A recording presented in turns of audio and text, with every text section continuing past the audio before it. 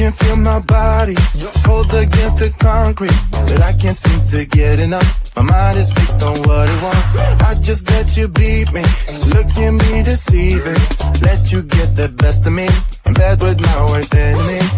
This is a no-go, I just can't take hold. This is a danger zone, back up and get me home. This is a no-go, I just can't take hold. This is a danger zone, back up and get me. So put your hand in mine, follow me, let me waste your time. Set up feet, do some stupid shit. Take a seat, let me waste your time. So put your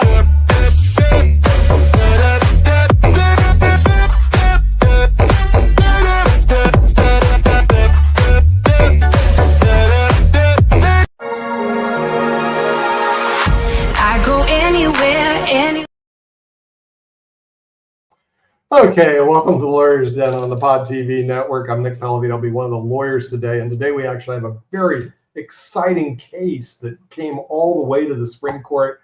And my esteemed colleague, Mr. Peter Bennett, is also going to be discussing it. But the facts of this case cannot be any better. He did say, though, and he reminded me, this was not a final decision. I'm going to bring in Peter right away because the facts on this case are just... You can't beat it. This is Malmud versus Taylor. For those people who haven't seen it, I'll put it in the engines in just a little while. But it involves reading stories to children. Okay, well, there can't be any problem with that. Oh yes, they can.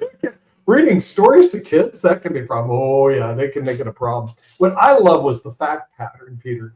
So the thing is, they're reading stories that are pro Lbgtq. In other words, where Bob married Jim and Sally married Deborah, and et cetera, et cetera. And then some parents go, now, wait a minute, these are 4-year-olds and 11-year-olds. You're teaching sexual relationships about, basically you're teaching homosexuality to minors. And they go, our religion doesn't support that. So they pulled their kids out. They go, well, we believe in religious freedom, diversity, so you pulled out. Then what happened next, the principal goes, oh no, too many people are missing the mandatory class. Now you'd think a mandatory class would be, you need to know math, maybe you need to know coding, maybe you need to know some skills that can get you a job. No. It's not these skills. It's, you've got to learn about Bob marrying Jeff. Okay, seriously, that's a mandatory class? That's what a 4 to 11-year-old must learn about? So the principal goes, you now must go to the class. Seriously, in other words, you can't opt out anymore. So then the parents, and rightfully so, get a little upset about this. I would go livid. I can't believe this only could happen in America. So they go, we're going to sue you. So they sued the school board. They sued the school board, and the school board's always given this. You know, they're G-men. We're going to do it our way. And the district court judge ruled in favor of the school board. So that those that are pounding their chest, look, we can force you guys to learn about LBGTQIA rights. Okay. Then it goes to the Fourth Circuit, you know, and all they're asking for is an injunction. You're right, it's not a final thing. Okay. And the Fourth Circuit rules also in favor of the LBGTQ, your kids. It's mandatory that you learn about homosexuality. I mean, you're 4 years old. So let's learn everything we can and have huge discussions about it, because that is vital to your interest in growing up in the United States of America like not. Then finally it reaches the Supreme Court, and finally you get some people that have wisdom, except for those three liberal judges that wrote dissents.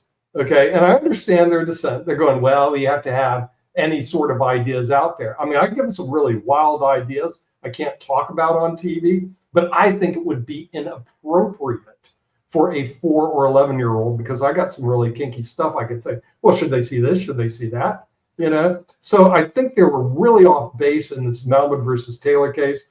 I was glad for the first time to see the Supreme Court send this ruling the right direction and send these people back, because what are they thinking about? Anyway, that's my liberal thinking about this particular case.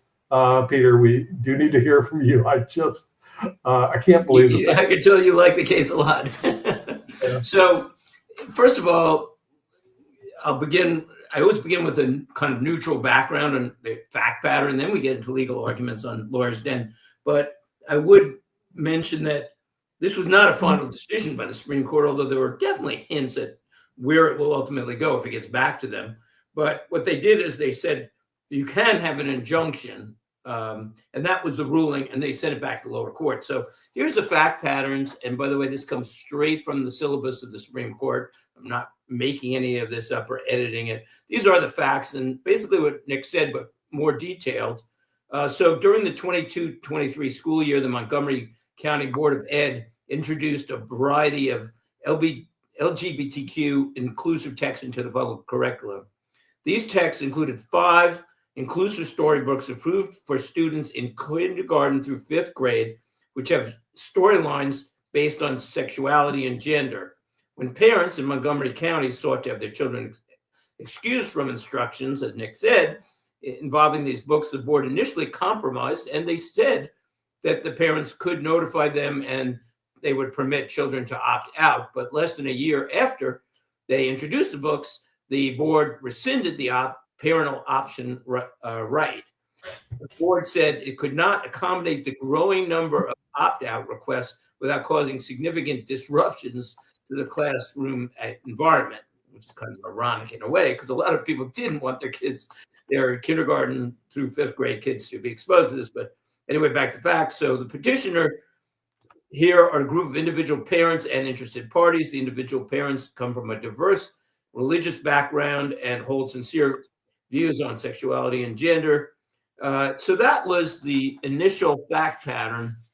And there were a couple of points that the Supreme Court made in terms of sending it back to the lower courts. And again, they hinted strongly that if it comes back to them, they probably will not force parents to expose their kids to this, in that setting. But before I get into the 3 factors that I saw in the Supreme Court decision, what do you think so far, Nick?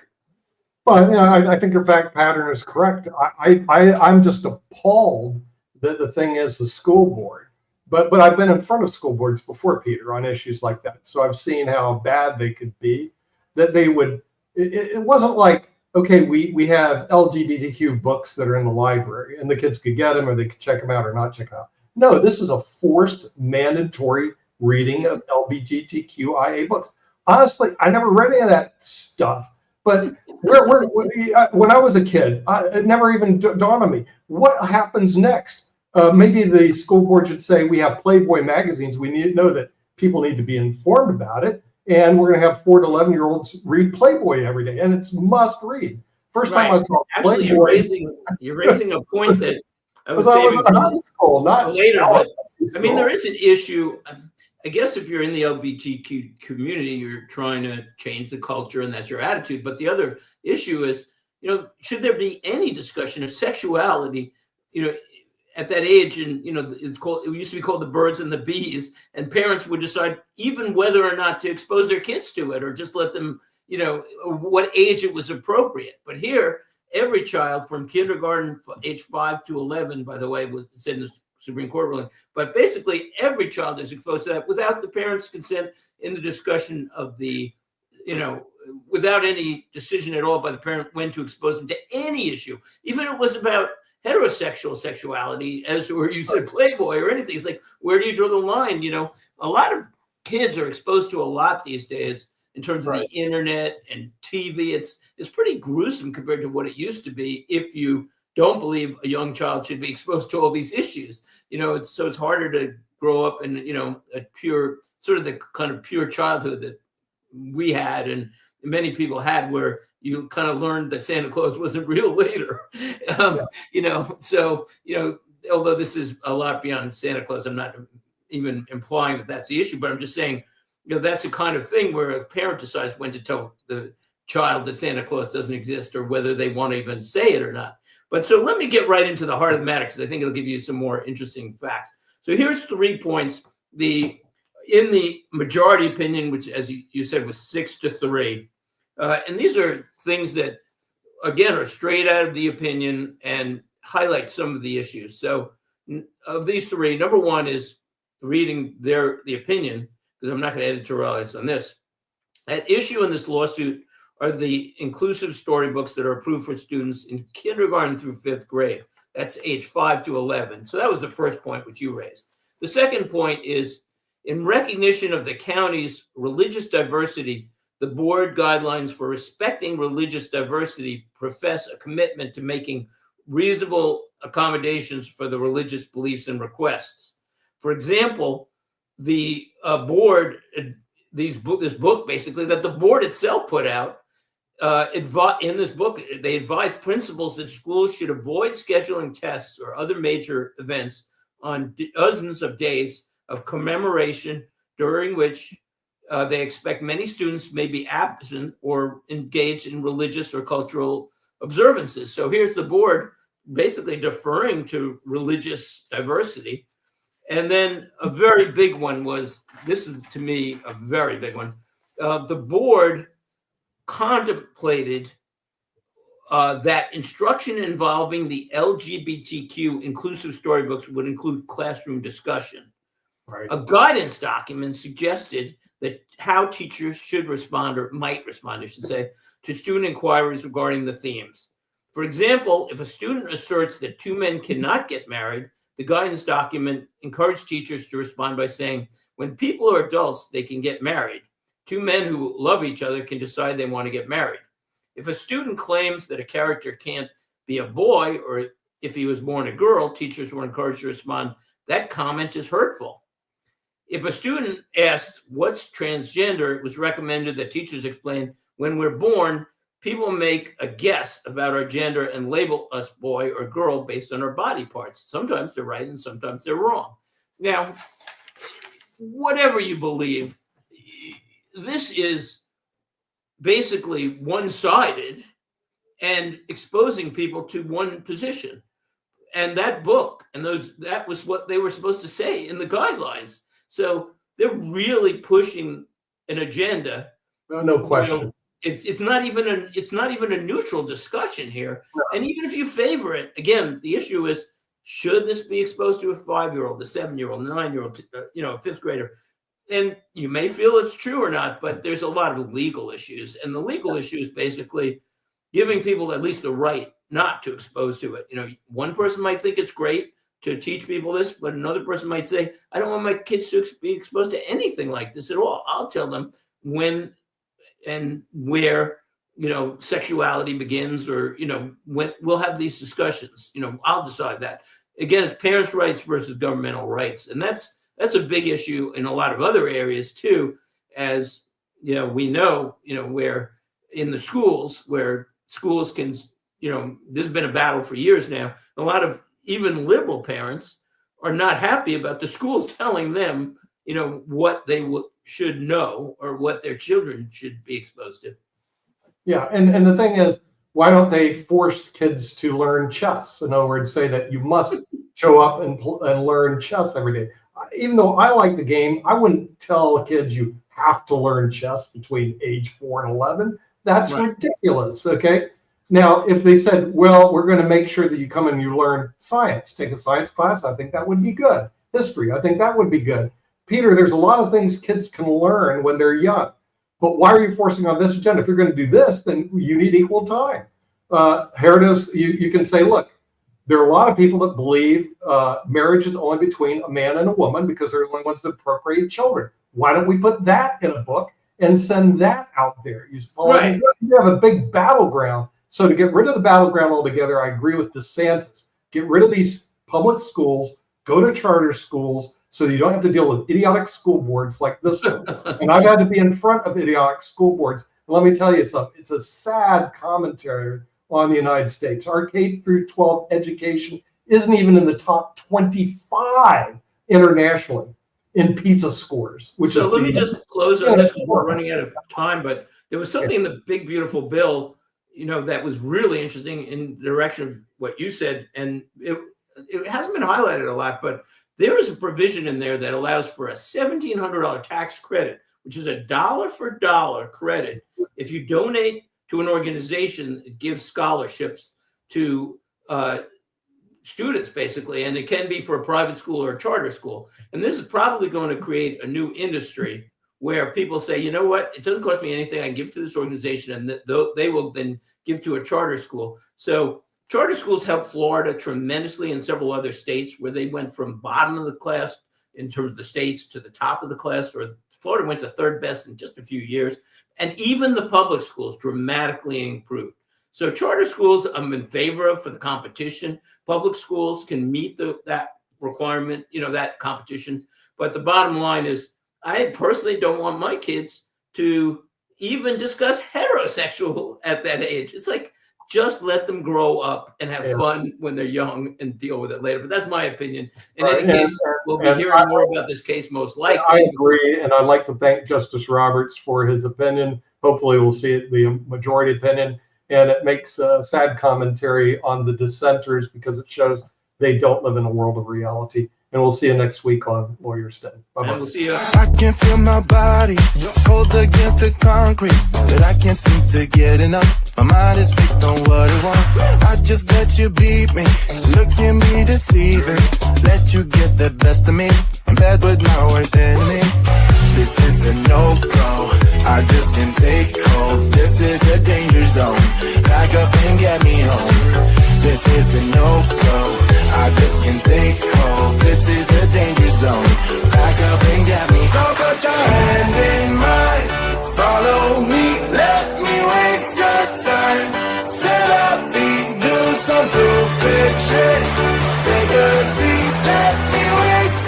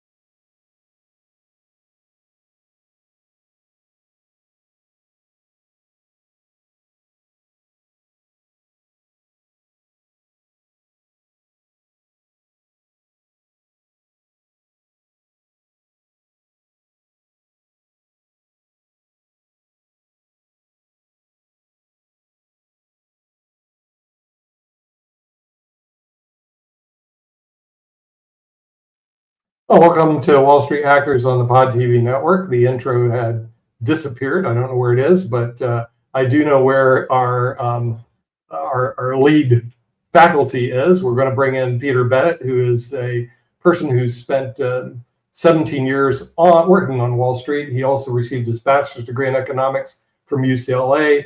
He received his law degree from the University of Miami, and also his MBA from New York University. So we're going to bring in Peter to give us what's going on Wall Street. Sorry, the hackers, I can't find, I don't know where the intro went. But anyway, Peter, you're on. Oh, our intro, yeah. You'll find it next week. It's fine. Okay. Hopefully it's there. We always use a lot of time up anyway, so either way, but positively. So welcome to Wall Street Hackers, July 15th, 2025. You can catch a new episode most Tuesdays starting on about 6:15 p.m. following Lawyers Den. Never exact time, because Lawyers Den starts at 6 and it runs roughly 15 minutes. So Tuesdays at 6:15 is when you catch Wall Street Hackers. So we always begin with the markets. And many months ago, I said the markets would evaluate tariffs and probably underestimate their effect, which is exactly what they did. And how did I know that? Well, this is what the market does. They pick a theme or make a decision, and it's usually on the optimistic side, sometimes correctly. But just like for years, Wall Street Hackers said the Fed isn't going to lower rates. And the market said, oh, we're going to have 4 increases, decreases. We're going to have 3. We're going to have 2. And we kept saying, no, you're not. And finally, when we said, yeah, you're going to have 1, there was 1.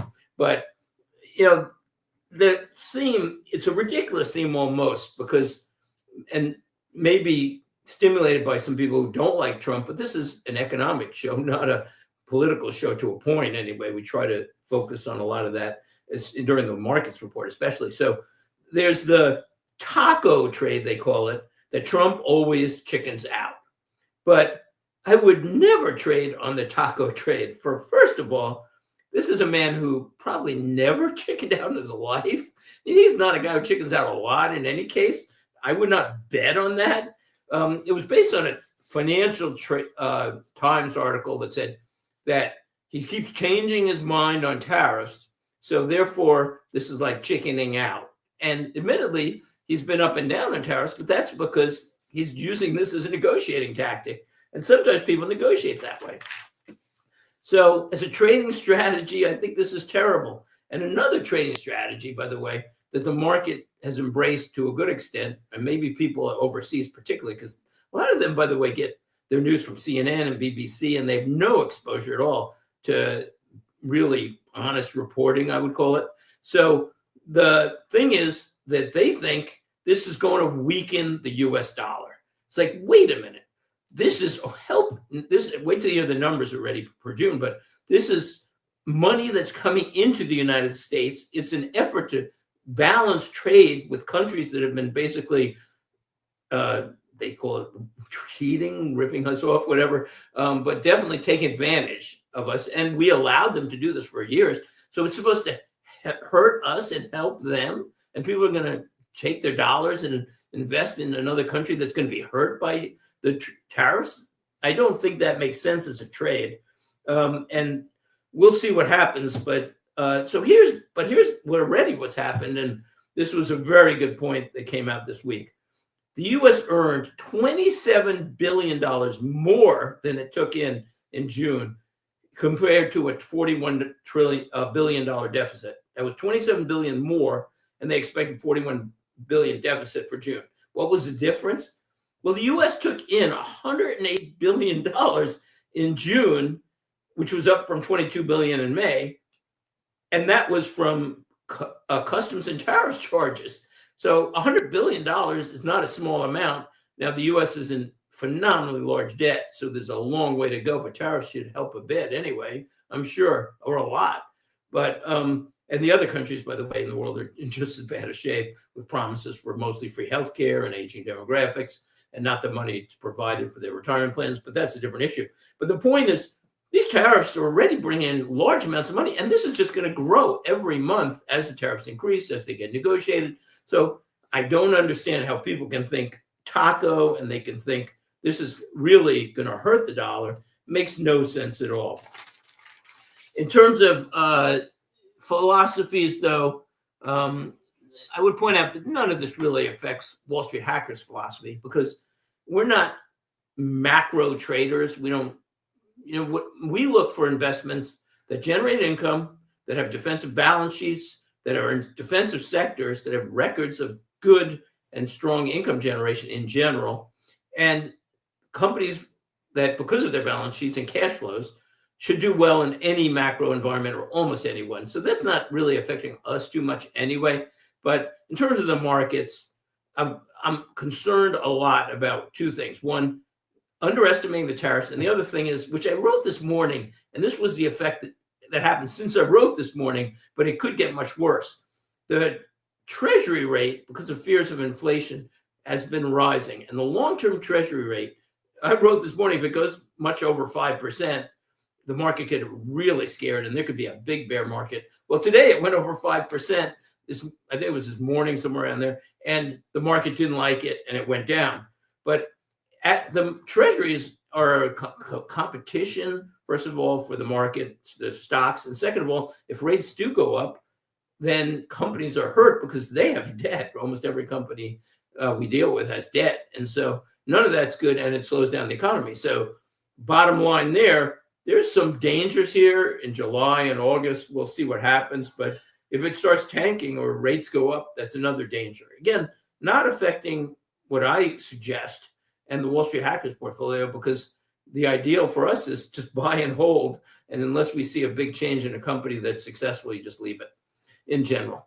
So quote of the week, which of course goes with my philosophy, but it shows other people agree.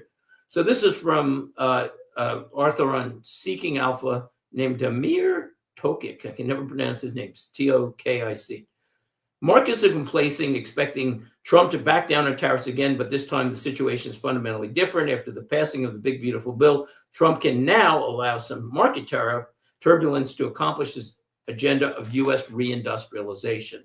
The S&P 500 is trading at bubble-like valuations, and a major sell-off is likely as the taco trade collapses. I'm not sure if it's likely, but it's definitely possible, and I wouldn't be surprised at all. And, you know, I'm always defensive anyway. So we'll see what happens with Treasury rates, but if they go any higher, that is going to create a lot of pressure on the market. We'll see it in the next week or two. But the market with the very high valuations is at least poised for a fall potentially, or for very small increases. And the final point I'll make there is that despite the, quote, record highs, if you look back to February this year and even November last year, the S&P 500 and the QQQs, NASDAQ basically, a lot of NASDAQ, went zero. I mean, it's almost like exactly flat. It went down, it went up, zigzag, whatever. And then, so nobody made any money and lost money against inflation. So that's the potentially real story in the market, that it's going to be very hard swimming in the future because of the U.S. debt, which is going to impact things. There's a lot of pressure from that. Most interesting story of the week. One of the problems with AI, artificial intelligence, is the intelligence is, quote, artificial in nature. So this week, and we keep seeing stories about AI hallucinations, but this week, Elon Musk's AI chatbot, Grok, praised Adolf Hitler and referred to itself as Mecha Hitler. It also said that it went on a Grok it's called, went on a sickening pro-Nazi tirade on Tuesday night after Musk posted that he had, quote, improved Grok significantly in an update. So in another response, Grok described in detail how it would attack a prominent ex-user after breaking into his home. So this issue of AI hallucinations may never be solved.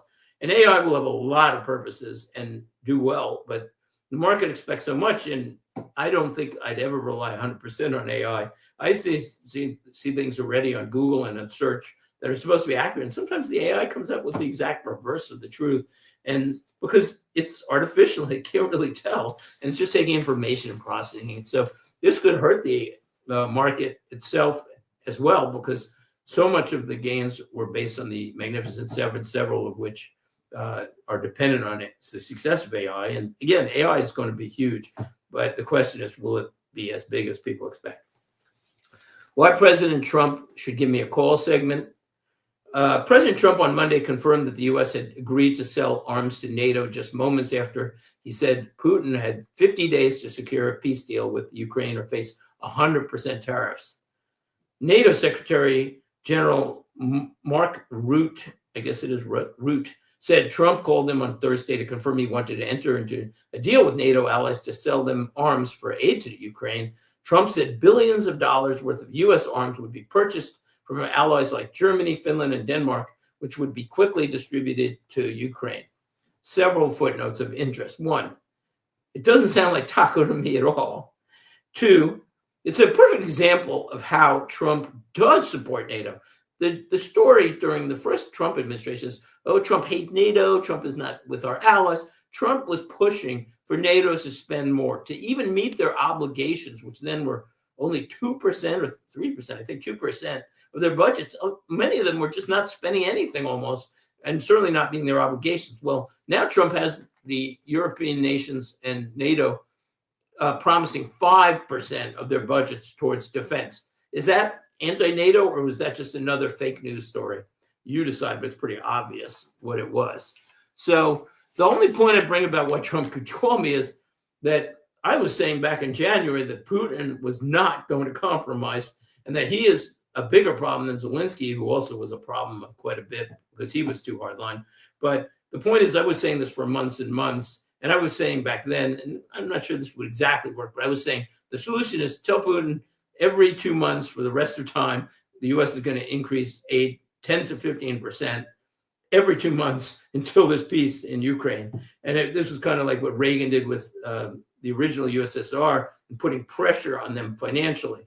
And Putin at some point would say, wait a minute, I'm going to not last too many months because I just can't afford this. I'm never going to win. And that would have just made him back down. But hopefully now Putin's going to back down. It's kind of a crazy war. So investment of the week, disclaimers, Wall Street Hackers is for entertainment only. These are only our suggestions. There are no guarantees on any of our suggestions, because there's never a guarantee on a suggestion pretty much in finance, except for maybe a CD or a treasury, and even those have issues. And then consult your financial advisor. So this week, I'm going with something very different than Wall Street Hackers normally does in their recommended portfolio or at all. And I'm going with what's called an arbitrage or a hedge trade. But this is so far off our normal large allocations like MPLX, which I absolutely love. This is such a unique stock, MPLX. It's my largest allocation, but also it's so undervalued as an investment, as a value investment. Its safety compared to its income is phenomenal. It's probably going to increase its high dividend rate already. Originally, now at 7.5% roughly, probably 10 to 12% a year for the next few years at least. It's a phenomenal investment. I wish I could find one other stock like it. It's not, also, this investment is nothing like recently invested FRT, which is a small investment, a safe retail shopping center REIT. So this week, a little more complicated, so not everybody will like it, but some investors may love the idea. So what we're doing is we're selling high puts on Amazon and selling low price calls on Apple to generate cash, current cash, and as a play, because if it wins, you get to keep the cash. So what I like about Amazon is it is a dominant and growing business in both retail and in the cloud. It's largely US based, which I definitely prefer. It will benefit from robotics and AI, and it already has over 1 million robots working for it now, which are saving it money in terms of reducing some costs on the workforce. Price to cash flow is a decent 19 times, so it has over a 5% cash flow. Price over cash flow was 19. And the thing is, that's over a 5% cash flow, but that's with gigantic investments. So if they ever cut back or decide, that they want to cut back for defensive reasons, they could always do that, and the price of cash flow and cash flow yield would climb radically. Their sales growth rate was over 10%. So it's really one of the few companies, and the only of the Mag 7 I like for so many safety and other reasons. NVIDIA, maybe not, but there's a lot of risk there too. It could go either way now, and I don't like either way. I like solid. So what I don't like about Apple, we're selling low price calls and protecting it, we'll get into that in a minute, is one, a large reliance on foreign countries, both for production and sales. Tariffs will certainly be impacting it. It has a very insignificant innovation pattern for the last few years. They used to be a leader, but really not any major innovation. So it's kind of stagnating that way. So that means the risk of going much higher is probably lower. Its price over cash flow is 29. So that's just a 3% cash flow yield. And it has a considerably higher debt than Amazon in terms of debt over to assets. And both have good debt to assets. I mean, Apple is 0.30. So that's really good. But Amazon was 0.12. So I'll take Amazon every time. So the trade is done with options, or if you wanted to try it with short, either way, you have to watch your margins for sure, because these things do require margin and you can get calls. And also the key is you need to protect these positions because there's unlimited potential loss or close to it. So the Apple starts climbing, you could lose money. So what you do is, in terms of the Apple trade, you sell calls at a very low price, and then you buy some calls to protect the position at a considerably higher price. So in case the trade goes against you, then you've limited your loss. And so that keeps it to a small allocation on your loss and a smaller use on margin. In terms of the puts, you're selling very high Amazon puts, but then you're also buying some puts below the Amazon price. I went with 200s in case it goes against you again, to limit margins, to limit losses. So this is 2 points more. One, protect yourself, because you never know with the directions, and options are leveraged, and you want to protect your margin positions too, and possible losses. And two, I'm using very long options. We're talking about the longest I can get, basically like late 27. So I get to keep the cash in the meantime and use it for some other investments like MPLX, where I use some of it for. And, again, making sure that my maximum loss in the next 2.5 to 3 years is controlled and less than 1%. So somewhere around there. So it looks like good. I think Amazon will do much better than Apple, and the upside is much more. It's an interesting strategic position, but again, not our norm. And, we'll get back to more basic things next week. So we bring in Nick for our panel question of the week. Nick, come on in. I'm here. So the question is, what is up with the Democratic Party? So the background is, there's several points, but number one is having two viable parties is generally important for any country. The give and take, the different suggestions, the exposure to the issues for the public to decide. It's a very healthy thing. However, the Democratic Party has mostly, or all, depending on your position, totally gone off the deep end. So here's 3 points about that. The first is the party has more or less totally lost their sense of the importance of the truth. I don't know if it's partly incompetence or if it's just they just don't care. There have been so many obvious untruths. We'll call them fibs for this story, because I don't want to use the word lies, but you can fill in whatever you want. But one, there have been so many fibs. It's been so obvious. Trump is not a Russian spy. Hunter's laptop was not a Russian conspiracy, and it was real. President Biden was not in perfect medical and or mental health.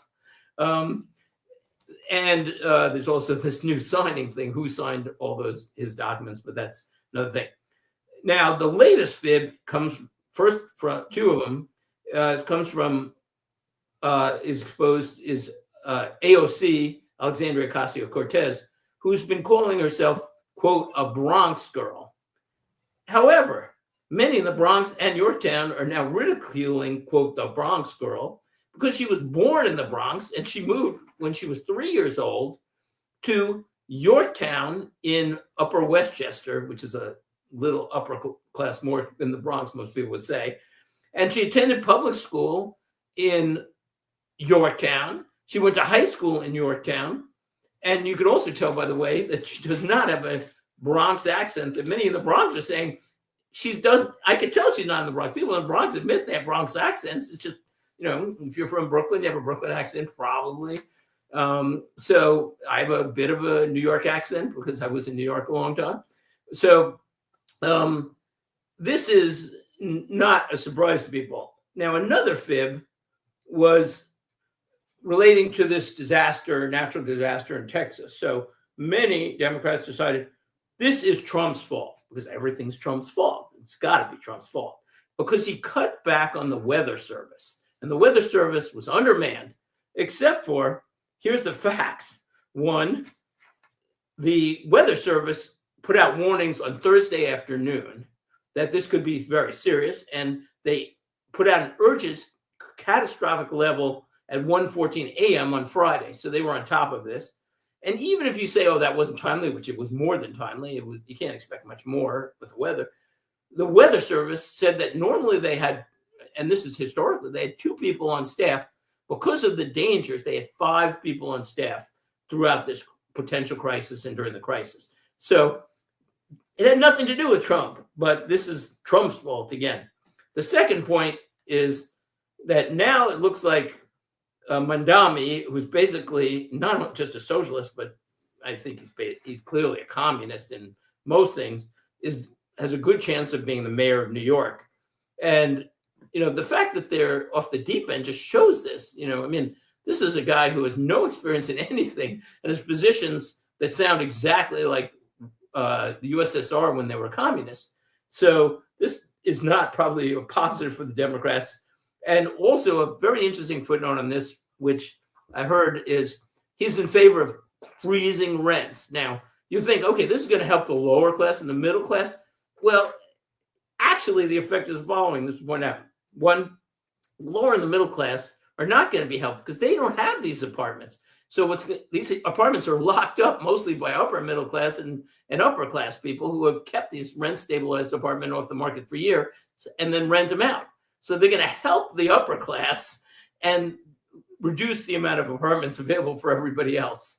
So the third point is the most dramatic, I think.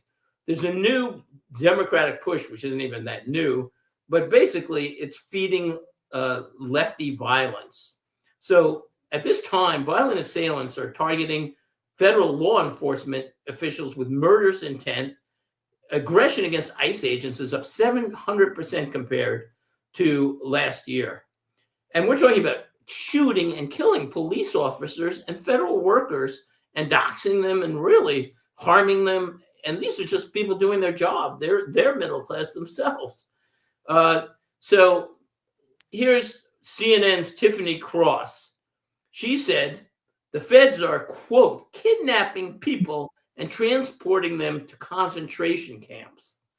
Well, first of all, that's a fib.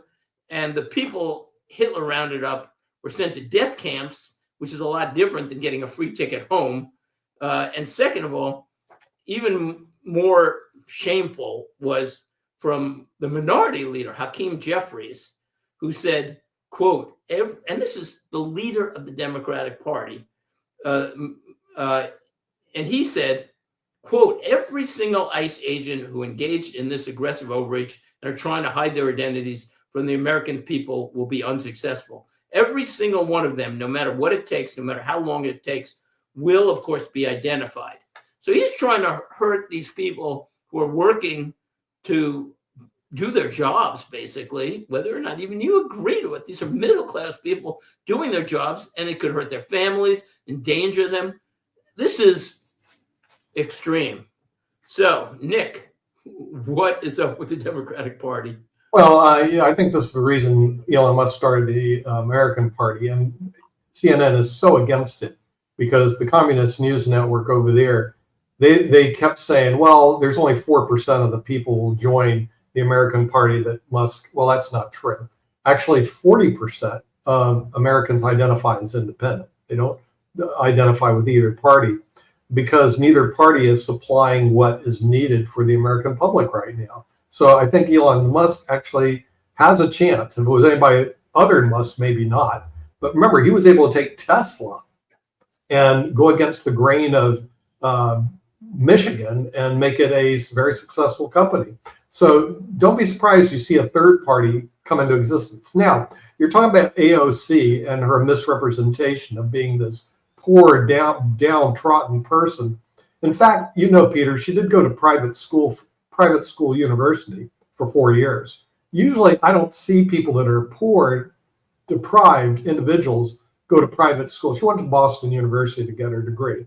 She was a very smart lady. There's no question about it. She got her degree, okay, but she did go to a private school. She did not go to a state school. So what she's doing is she's branding herself for the downtrodden people. And that's what the Democratic Party is all about. It really is, if you spend a lot of time with it, and I did, they're really about the disaffected, the deviants, and they all come together under one party. I mean, what am I supposed to say? You know, the disaffected, the deviants, it's the disinfected, deviant party, but they have no really good leaders. In other words, their leadership is absolutely horrible. So I don't think they're going to make a difference. Even if Trump keeps the economy together, they will not make any inroads in the midterm. Oh, you're absolutely right. A few things about what you said. First of all, I don't think AOC is necessarily that smart, but yeah, the Democratic Party has, like, we hate Trump, but they don't have enough issues that are popular. They're pushing issues, and they have been for a long time, that are basically unpopular with the majority of people. So they go to the personal attacks, you know, but that's not really the way they're going to regenerate themselves. And we need a party to wake up and you know, move back to the middle, and eventually they will when they fail. In terms of Elon Musk, I got to say, I mean, he's brilliant. He's helped America a lot. I really admire him in some ways, but he is so flighty. First of all, the third party, I don't believe he'll have any success at all, because the base of the Republican Party, which is the majority of Americans now, are not going to go with Elon Musk over President Trump. Second of all, he's been all over the place. And look what he just did to Tesla. You said about his success in Tesla. He's destroying Tesla. And also, he hated the big, beautiful bill because they pulled the credits for Teslas. And I think that was a little self-interested, but he will not. Third parties have been failing for hundreds of years, pretty much in the United States. Maybe one succeeded in the 1800s, but it's not going to happen right now because most people are not going to listen to him, and he'll probably pull a few votes from Democrats and he may hurt the Democratic Party more than the Republican Party. But either way, I don't think he'll even go further than this. And the last time I'll say thing about him is he was all over the place on Bitcoin, which is a joke anyway, although it may go to $1 million, as I discussed on Wall Street Hackers. But the point is, because it's all speculation, but he has been against it, for it, against it. I've seen it. It's like, what's your position? He accepted a Tesla one time for a while, and then he wouldn't accept it at all. And then, it's just crazy. So here are my conclusions. One, it's pretty basic. The Democrats have pushed out a lot of their moderates, and this has been happening for years. I mean, Joe Lieberman was a perfect example of a popular moderate who was very successful and for a while, and they basically pushed him out, and more moderate Democrats are leaving or being pushed out. Very few are actually converting because they're saying, I just can't, this is not my party anymore. And they keep going more and more left on the issues. It's like, that's not going to appeal to the other 80% of the America who are, not communist or close to it, and on a lot of these other issues. And the other point I have is always the fake media. So I think that they create a lot of this. I know for a fact that people who are conservative tend to strongly to look at conservative media, and people who are liberal tend, even stronger in my experience with people I know, to look at liberal media. So I know several people who are liberal, and I look at both because I have to compare the two on all issues. I try to be educated in both perspectives. But my liberal friends, a lot of them say things like, I can't look at this at all. I never would read the Post or look at, I never would open Fox News, they don't even look at it. So, but if Democrat politicians, being people, only rely on the fake media, which is then they're probably not going to wake up a lot because they're going to believe this reality that fake media creates. Why do they create it? Because it drives ratings. If you just say, oh, everything's fine, and here's an interesting bill, and it might have some positives and negatives, you're not going to get a lot of people to stay on your show, with your show. But if you say, oh, the world is ending and, Trump is destroying it and we need to fight and everything, you go, oh, yeah, I need to watch this. This is really important. So it's not helping the Democratic Party. And hopefully they will wake up. Nick, any quick comments? And we got to go, and I'll give a final. No, I think you about said it all, Peter. But there's some issues there. No yeah, exactly. It's a crazy world out there for sure. It's fast changing. Anyway, thanks for watching Wall Street Hackers. And we'll be on. We plan on being on most weeks. Next week we'll be on Lawyers Stand at 6 o'clock Eastern Time, starting at Eastern Time, or if you catch it on something else, you catch it anytime you want. And Lawyers Stand at 6. Wall Street Hackers 6:15 most Tuesdays. As Kim always says, get healthy, get wealthy. We'll see you soon. Right. Bye-bye. Bye-bye.